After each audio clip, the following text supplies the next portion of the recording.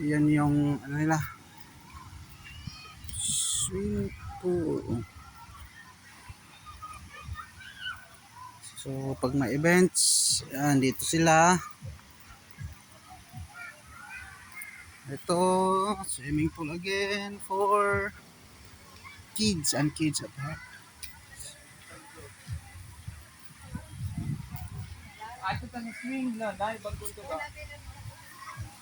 Doon yung dagat o sana.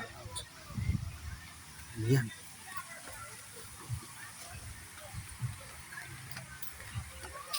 At sa kiddie pool.